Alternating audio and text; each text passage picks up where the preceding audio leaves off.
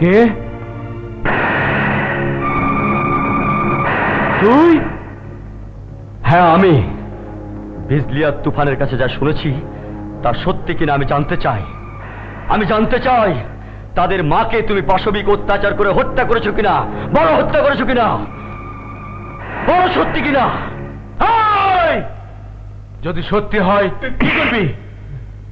আর কি করবি? বল কি করবি? বাবা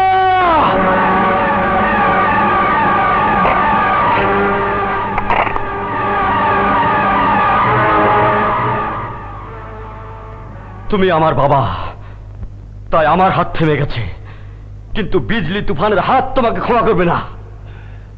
আমার উপর হাত ওঠার আগে ওদের হাত আমি টেনে ফেলবো, ওদের ঘাড় মুছতে দেওয়া থেকে মাথা আলাদা করে ছুঁড়ে ফেলে দেব। না, ওদেরকে যে শিক্ষা আমি দিয়েছি, ওদের সাথে লড়াই করে তুমি তা বুঝতে পেরেছো। আজ আমি এসে যদি বাধা না দিতাম তাহলে ওরা তোমার ঘাড় ভেঙে মৃত্যুর দুয়ারে পাঠিয়ে দিত। তাহলে তুই শুনে রাখ, আমি হংকং এ 4 জন শক্তিশালী ফাইটারকে শিক্ষা দিয়েছি। ওরা এশিয়ার শ্রেষ্ঠ ফাইটার। ওদেরকে বাংলাদেশে নিয়ে আসবো, আর তোর চোখের সম্মুখে ওরা 4 জন বিজলি তুফানকে ধ্বংস করে দিবে। তাহলে তুমিও শুনে রাখো, শুধু হংকং কেন, আমেরিকা, চায়না, জাপান, দুনিয়ার যেখান থেকে এই বাংলার মাটিতে আসুক, আল্লাহর কসম এই আকবরে আজম তাদের এই বাংলার মাটিতে লাশ বানিয়ে ফেলে রাখবে।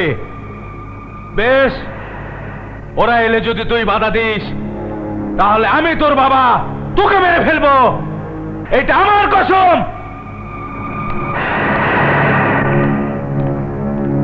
আফসোস, আমার দুঃখ হচ্ছে আমার দেয়া শিক্ষায় আমার বাবার মৃত্যু হবে। বাবা, বাবা, বাবা, কেন তোমরা আমাকে এভাবে বিরক্ত করছো? আমার কেউ নেই, আমাকে একটু শান্তিতে থাকতে দাও, শান্তিতে বাবা, থাকতে দাও। বাবা। না না, ছেড়ে দাও আমাকে, ছেড়ে দাও, আমার বাবা। কেউ নেই। বুবু, তুমি বলেছিলে আমি যখন শিশু ছিলাম তখন তুমি প্রাইমারি স্কুলে পড়ো, তাই বলছি বাবার কোনো ঘটনায় কি তোমার মনে নেই, যা বলে বাবা সবকিছু মনে করতে পারবে? শিউলি, হ্যাঁ তোর মাকে বলে দে, হ্যাঁ। আমার কথা যখন শোনে না, আজ থেকে আমি ওর সাথে কোনো... তোর বাবাকে বলে দে আমার সাথে কথা না বলার মতো কোনো অপরাধ আমি করিনি। হ্যাঁ, মনে পড়ছে একদিন বাবা মায়ের ঝগড়া হয়েছিল।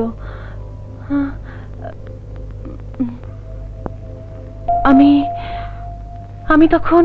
বলো বুবু, বলো বুবু, কি হয়েছিল বুবু? শোনো